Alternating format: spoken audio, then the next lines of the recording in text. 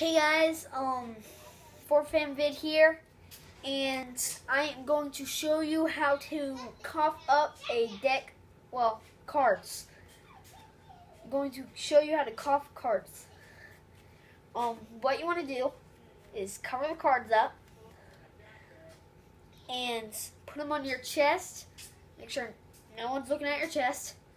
Just hold it like this, and then put it up to your mouth.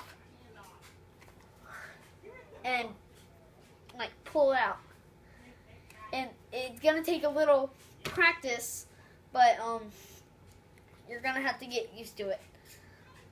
So that's about it. So see you guys next time.